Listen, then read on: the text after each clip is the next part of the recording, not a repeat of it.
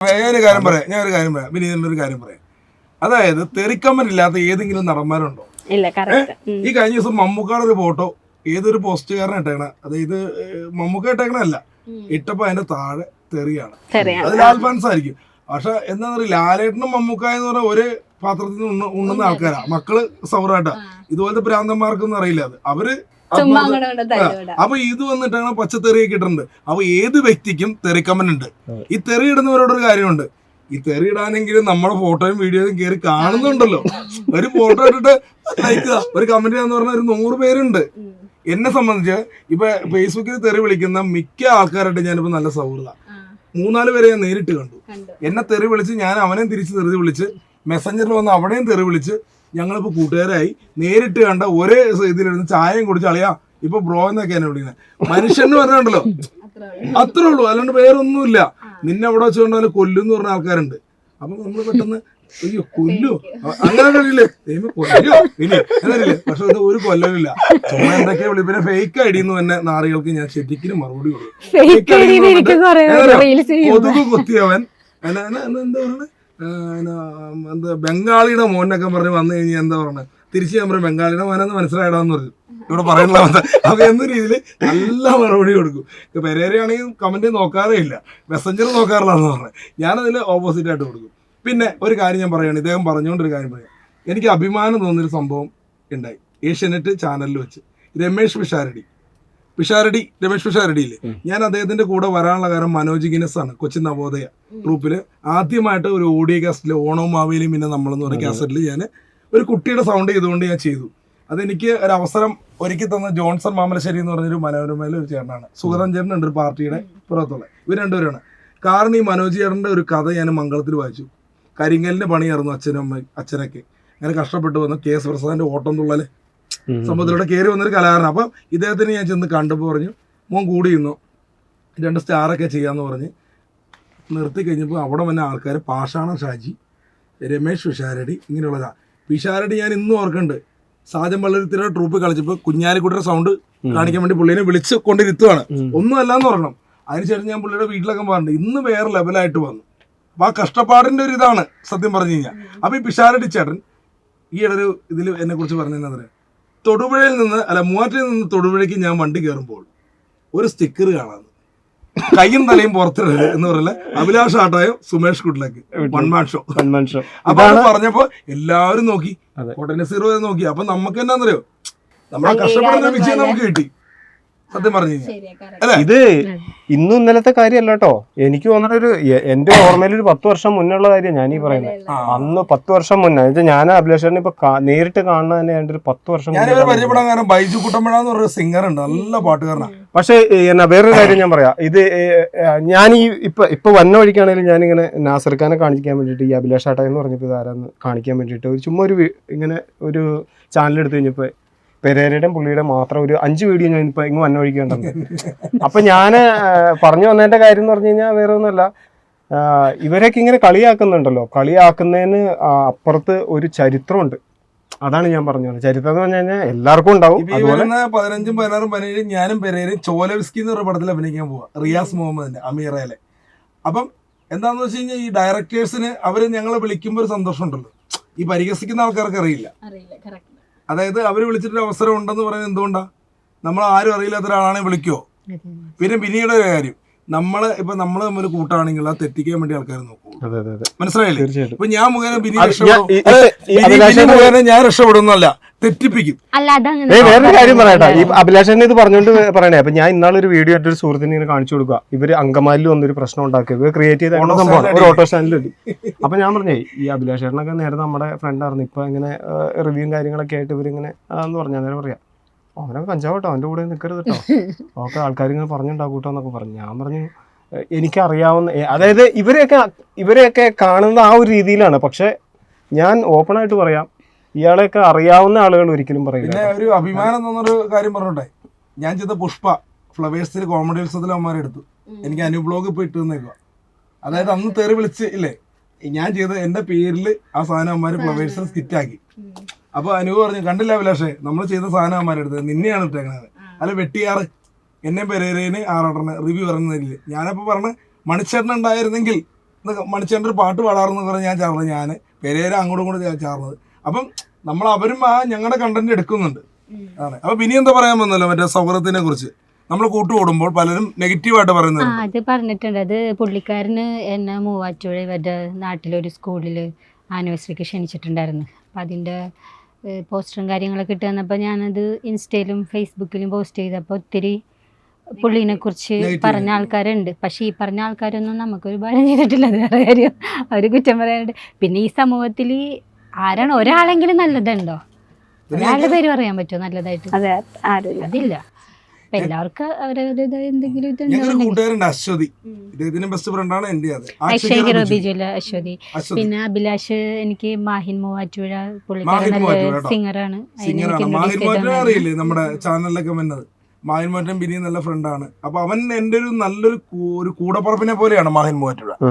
കാരണം അവൻ എന്ന് വെച്ച് കഴിഞ്ഞാൽ അവൻ പാട്ട് പഠിച്ചിട്ടല്ല പാട്ടുകാരനായത്. കാരണം എന്താന്ന് വെച്ചാൽ അവന് ഇന്ന് പാടുന്ന പല പാട്ടും ഞാൻ ഞെട്ടിപ്പോണ്ട്. നല്ല രസമായിട്ട് പാടുന്നുണ്ട്, രസമായിട്ട് പാടുന്നുണ്ട്. കാരണം ഒരു ഷാപ്പിലെ പാട്ട് കഴിഞ്ഞ ദിവസം പാടിയിട്ട് എൻ്റെ പിന്നെ ഞാൻ ചോദിച്ചു കണ്ടെടുത്ത്, എടാ നീ തന്നെയാണോ പാടണേന്ന് ചോദിച്ചു. കാരണം ഒരു വ്യക്തിക്ക് ചിലവർ പറയണം നിന്റെ പാട്ടൊക്കെ നിന്നെ കൊള്ളാം, 10 പേര് പറയുമ്പോൾ നമ്മൾ അടച്ചു പൂട്ടി വീട്ടിലിരുന്ന് എന്താ സംഭവിക്കണമെന്ന് പറയും. നമ്മൾ പിന്നെ ഒന്നും ആവത്തില്ല കേട്ടോളെ. ഇവൻ എന്ത് ചെയ്തെന്ന് അറിയോ? കമന്റ് ഇടുന്നവരോട് ലവ് ചിഹ്നം ഇട്ട് കൊടുത്തു.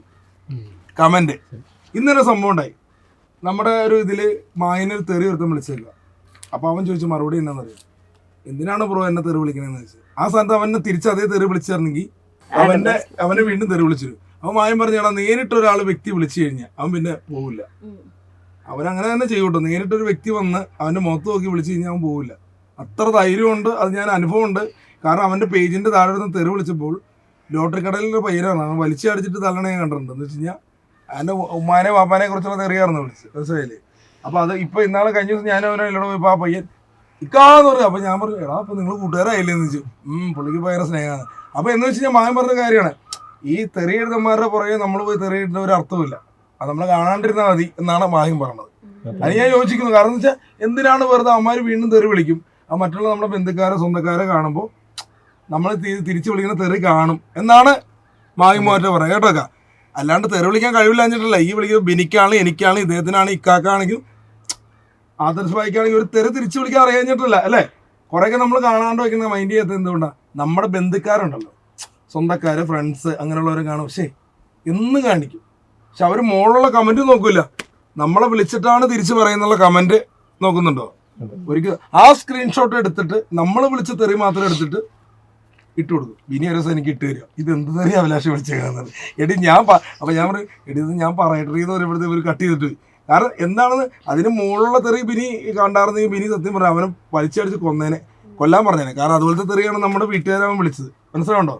അത് മാനിയായിട്ട് പറഞ്ഞു, നീ എന്തിനാണ് ഇങ്ങനെയൊക്കെ പറഞ്ഞതെന്ന് പറഞ്ഞു കഴിയുമ്പോഴാണ് ഇവൻ വീണ്ടും വിളിച്ചുകൊണ്ട് വരുമ്പോൾ നമ്മൾ പ്രതികരിച്ചു പോകും, മനസ്സിലായില്ലേ? അത് ഫേക്ക് ഐഡി. ഈ കൊതുക് കുത്തിയവൻ, ബംഗാളി, പിന്നെ പൂവും കായയുടെ ഒക്കെ വല്ല ഇതായിരിക്കും. ഈ മായം പോയൊന്നും ഒരു ഇതല്ല, നമ്മൾ തന്നെ ഉണ്ടാക്കേണ്ട സാധനമല്ലേ. അതിൽ വല്ല കാര്യമൊന്നുമില്ല. ഈ കല്ലെന്ന് പറഞ്ഞ തെറിയാന്ന് പറഞ്ഞാൽ നമ്മൾ വിശ്വസിക്കും. 10 പേര് പോടാ കല്ലേ തെറിയാക്കി കഴിഞ്ഞാൽ അല്ലേ? ആണല്ലോ. ഞാനൊരു കാര്യം പറയാം, നിങ്ങൾ ആരും നെഗറ്റീവായിട്ട് എടുക്കരുത്. ഇപ്പൊ കളിയാക്കാനുള്ള ഒരു അർത്ഥം ഉണ്ടല്ലോ. എന്താണ് കളിയാക്കുന്നതിനുള്ള അർത്ഥം? പറയില്ല. ഓക്കെ, അതായത് ഊക്ക് എന്നുള്ള സാധനമാണ്. അതൊരു നെഗറ്റീവ് അർത്ഥമുള്ള ഒരു വാക്കാണ് ഊക്ക് എന്നുള്ളത്. പക്ഷെ ആദ്യമേ നമ്മളത് കേൾക്കുമ്പോൾ ഞെട്ടിപ്പോയി. എന്താണ് ചില നാടുകളിലുള്ള എടാ ഞാൻ പറഞ്ഞേക്കാം. അപ്പൊ ഊക്ക് എന്ന് പറയുക കളിയാക്കുക എന്നുള്ള സംഭവമാണ്. അപ്പൊ ചിലവർക്ക് അത് കേൾക്കുമ്പോ എന്നുള്ളൊരു ചമ്മലുണ്ടല്ലോ. ഞാൻ ഞെട്ടിപ്പോയി. ഒരു ആങ്ങളെയും പെങ്ങളും വീഡിയോ ചെയ്യുക, അതിന്റെ അടുത്ത് പെങ്ങളുടെ അടുത്ത് ആങ്ങൾ പറയാം നീ ഊക്കല്ലേ. അപ്പൊ ഞാനത് പലവട്ടം അടിച്ചു നോക്കി, എനിക്ക് മനസ്സിലാവില്ല. നെഗറ്റീവ്. പക്ഷെ ചില അർത്ഥങ്ങൾ എന്താണെന്ന് പറയാൻ വേണ്ടിയാണ്. ചില അർത്ഥം കളിയാക്കൽ എന്നാണ് അതിന്റെ ഒരു മീനിങ്സ്. ഇത് മുടിയെ കുറിച്ച് തമിഴ്നാട്ടിലൊരു തെറിയുണ്ട്, അറിയാന്ന് വിചാരിക്കുന്നത്. അതായത് മുടിയെ കുറിച്ച്. കാരണം ഞങ്ങൾ മുടി വെട്ടി എന്നുള്ള പോസ്റ്റിന് ഞാൻ അങ്ങനെ ഇട്ടായിരുന്നു, നിന്റെ മൈ മുറിച്ചല്ലോ എന്ന് പറഞ്ഞ്. അതായത് തമിഴ്നാട്ടിലെ അർത്ഥമാണ് മുടിക്കുള്ള അർത്ഥം. അപ്പൊ ഞാൻ അളിയാലളെ അങ്ങനെ വിളിച്ച്, എടാ തമിഴ്നാട്ടിലെ അർത്ഥം ഇത് മുടിക്കാതാ പറയുന്നത്. ഓരോ അർത്ഥങ്ങളുണ്ടെന്നാ പറയാം അവര് ഇതിന്. അവരെ വലിയ വലിയ തെറികൾ നമ്മൾ തന്നെ ഉണ്ടാക്കിയെടുത്തേക്കുന്ന കാര്യങ്ങളാണ്. ഇപ്പൊ കല്ലെന്ന് പറഞ്ഞാൽ വേണമെങ്കിൽ ഉണ്ടല്ലോ, കല്ലെന്ന് പറഞ്ഞാൽ തെറിയാക്കാം, ആണോ ഇല്ലയോ? അത്ര ഉള്ളു, ഇവിടെ വേറൊന്നുമില്ല. പിന്നെ നമ്മുടെ ബിനയനെ കുറിച്ച് 2 വാക്ക് പറഞ്ഞു. വിനയൻ്റെ ഇപ്പോൾ പടം റിലീസാണ് വരുന്ന മാസം, തയ്യൽ മിഷൻ. അപ്പോൾ ഈ പറഞ്ഞ പോലെ പുള്ളി ശരിക്കും സ്റ്റിൽ ഫോട്ടോഗ്രാഫറായിരുന്നു വിനയൻ. അതിൽ നിന്ന് മാറി ഇൻഡിപെൻഡൻ്റ് ആയിട്ട് പടത്തിനകത്തേക്ക് ഒരു സിനിമ ആദ്യമായിട്ട് ഡയറക്ഷൻ ചെയ്യുകയും പിന്നെ അതിൽ നിന്ന് പടിപടിയായിട്ട് ഇപ്പോൾ രണ്ടാമത്തെ ഇപ്പോൾ ഈ സിനിമ റിലീസിന് വരികയാണ്. ഇപ്പൊ ഈ സിനിമയില് വിനീതിന്റെ പേരായി വരുന്നത് ഗായത്രി സുരേഷാണല്ലോ. അപ്പൊ ഗായത്രി ആണെങ്കിലും ഇതേപോലെ ഒരു കാലഘട്ടത്തിൽ ഒരുപാട് കാര്യങ്ങൾക്ക് ട്രോളും പിന്നെ അവിടെ നിന്നൊക്കെ മാറി മാറി കുറച്ച് നല്ല വേഷങ്ങൾ ചെയ്ത ഒരാളാണ്. അപ്പൊ ആളുടെ ഒപ്പമുള്ള എക്സ്പീരിയൻസ് എങ്ങനെ ഉണ്ടായിരുന്നു? ഗായത്രി എന്ന് പറഞ്ഞാൽ നല്ലൊരു കുട്ടിയാണ്. അതായത് നമുക്കിങ്ങനെ അസോസിയേറ്റ് ചെയ്ത് പോകാൻ പറ്റിയ ഒരാളാണ്. കാരണം വെച്ചിട്ടുണ്ടെങ്കിൽ ഒരു പ്രായഭേദമന്യേ പുള്ളിക്കാരി എല്ലാവരെയും ഒരേപോലെ കാണുന്ന ഒരു വ്യക്തിയായിട്ടാണ് എനിക്ക് തോന്നിയിരിക്കുന്നത്. പിന്നെ കുറച്ച് നല്ല ക്വാളിറ്റീസ് ഉണ്ട് ആളിൽ. പിന്നെ ഞാൻ ചോദിച്ചിട്ടുണ്ട് ഇതൊക്കെ ഡയറക്റ്റ്, ഞങ്ങൾ കാറിൽ യാത്ര ചെയ്യുന്ന സമയത്ത് ഞാൻ ചോദിച്ചിട്ടുണ്ട് ഇതൊക്കെ ഇങ്ങനെ പ്രണവിനെ കല്യാണം കഴിക്കുന്ന കാര്യം പറഞ്ഞത്. അതൊക്കെ ചോദിച്ചു കഴിഞ്ഞാൽ പുള്ളിക്കാരി സീരിയസ് ആയിട്ടാണ് പറഞ്ഞത്. അതും പുള്ളിക്കാരി ചിരിച്ചുകൊണ്ടൊരു സീരിയസ് ഉള്ള രീതിയിലാണ് പറയുന്നത്. പിന്നെ എനിക്കറിയില്ല കൂടുതൽ അത് ചിലവരോട് ക്രഷ് ഉണ്ടാവുമല്ലോ, അതൊക്കെ എനിക്ക് ഗായത്രീനെ ഇഷ്ടം. പുള്ളിക്കാരി വീഡിയോസ് ഗായത്രീനെ ഇഷ്ടമാണോ ആരോട് ചോദിച്ചാലും ഗായത്രീനെ ഇഷ്ടമാണ്. കാരണം വെച്ചിട്ടുണ്ടെങ്കിൽ ക്യാരക്ടർ അങ്ങനെയാട്ടാ, ആള് ഭയങ്കര ഇന്നസെൻസ് കൊണ്ടാണ് പലതും ഇങ്ങനെ പറയുന്നതെന്ന് തോന്നിയിട്ടുണ്ടോ? പിന്നെ ഒരു സങ്കടകരമായ ഒരു അവസ്ഥ പറയാനുണ്ട്. ഞാൻ 1 കോടിയിൽ വന്ന എങ്ങനെയാണെന്ന് കുറച്ച് പേർക്ക് അറിയാമായിരിക്കുമല്ലോ. 1 കോടിയിൽ ഞാൻ വന്നത് പേഷ്യൻസിന് വേണ്ടി പാട്ട് പാടിയാണ് 1 കോടിയിലേക്ക് വന്നത്.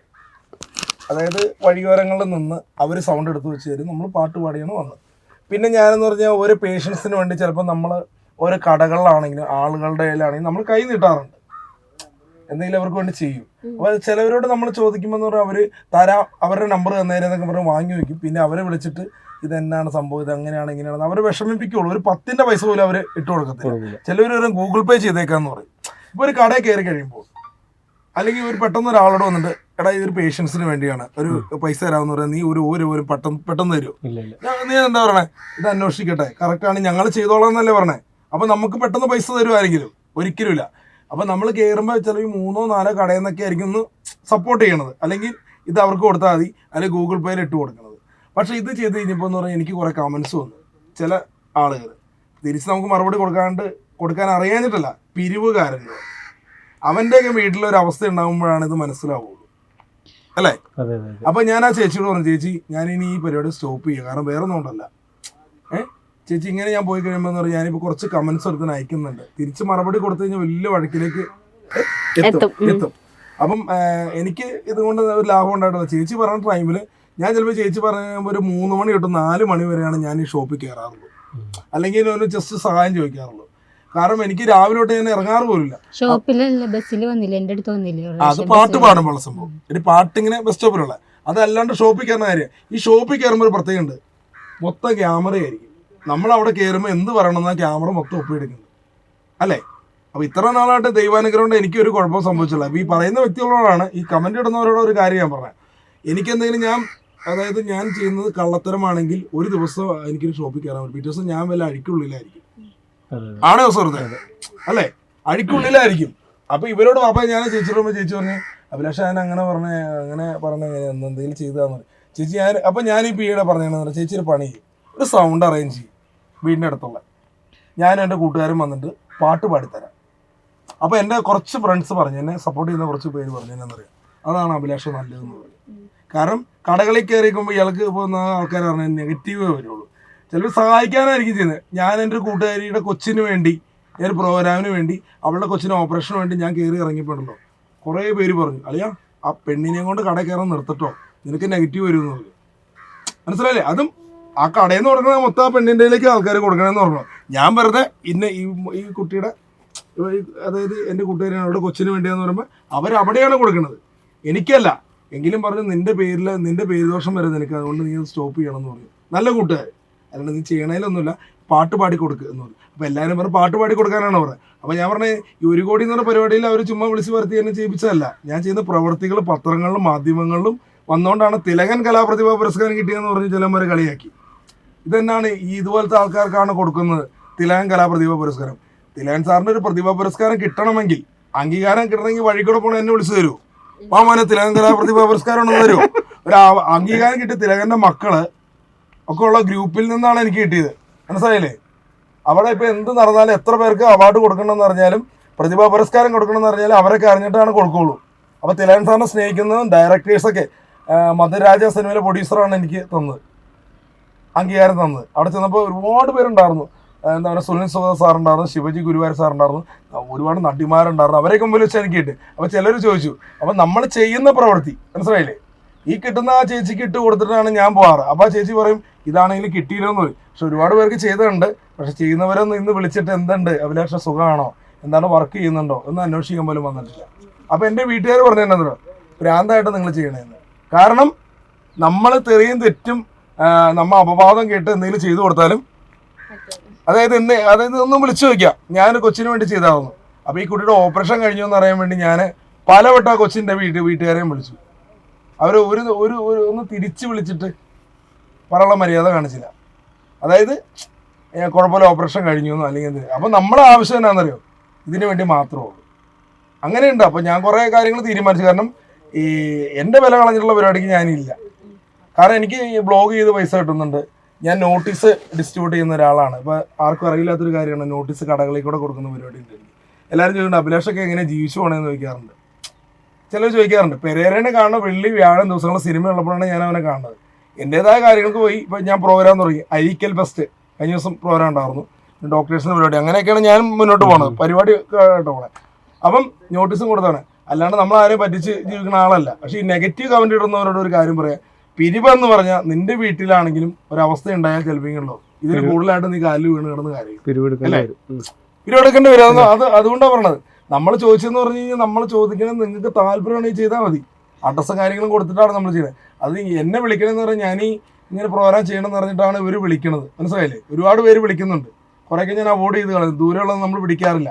നമുക്ക് വിശ്വാസമുള്ള നമുക്ക് അറിയുന്നൊരു ചേച്ചി ആയതുകൊണ്ട് മാത്രമാണ് ഞാൻ ഇവർക്ക് വേണ്ടി പ്രവർത്തിച്ചത്. എനിക്ക് പറയണമെന്ന് തോന്നി, അതുകൊണ്ട് പറഞ്ഞ കേട്ടോ, വേറൊന്നുമല്ല. പിന്നെ ബിനിയുടെ ഒരു കാര്യം പറയണ്ട്. ബിനി ഇപ്പം എന്തോ ഡയറക്ഷനിലേക്ക് ഒരു ആഗ്രഹമുണ്ട്. അതിൻ്റെ ഒരു ഇതിൽ നടക്കുവാണ്. അതിനെക്കുറിച്ച് 2 വാക്ക്. അതൊരു ആംബുലൻസിനെ ബേസ് ആയിട്ട് ഒരു ക്രൈം ത്രില്ലർ ഒരു സ്റ്റോറിയാണ്. സ്റ്റോറി എൻ്റെയാണ്. അപ്പം ഞാൻ ഫിലിം കമ്പനിയിലായിരുന്നു പറഞ്ഞല്ലോ, കലാമന്ദിർ ആർട്സ് എന്ന് പറഞ്ഞിട്ട്. അപ്പം എൻ്റെ സാറിൻ്റെ കൂടെ നിന്ന് ചെയ്യാനുള്ള പ്ലാനാണ്. അതിന് വേണ്ടിയിട്ട് ഇങ്ങനെ വെയിറ്റ് ചെയ്തുകൊണ്ടിരിക്കുകയാണ്. ഡയറക്ഷൻ ഇഷ്ടമാണോ? പണ്ട് മുതലേ നോക്കിക്കൊണ്ടിരുന്ന സംഭവമാണ്. ഇഷ്ടമെന്ന് പറഞ്ഞാൽ എനിക്ക് അങ്ങനെ കറക്റ്റായിട്ട് അറിയില്ല. പിന്നെ എൻ്റെ സാറിന് അറിയാവുന്നതായതുകൊണ്ട്, സാർ പിന്നെ പ്രൊഡ്യൂസറും ഞങ്ങൾക്ക് പ്രൊഡക്ഷൻ ഡിസ്ട്രിബ്യൂഷൻ കമ്പനിയായിരുന്നു. സാറിൻ്റെ കൂടെ നിന്ന് ചെയ്യാനുള്ളൊരു പ്ലാനിൽ ഇരിക്കുന്നുണ്ട്. ദൈവം സഹായിച്ച് ചിലപ്പോൾ നടക്കുമായിരിക്കും.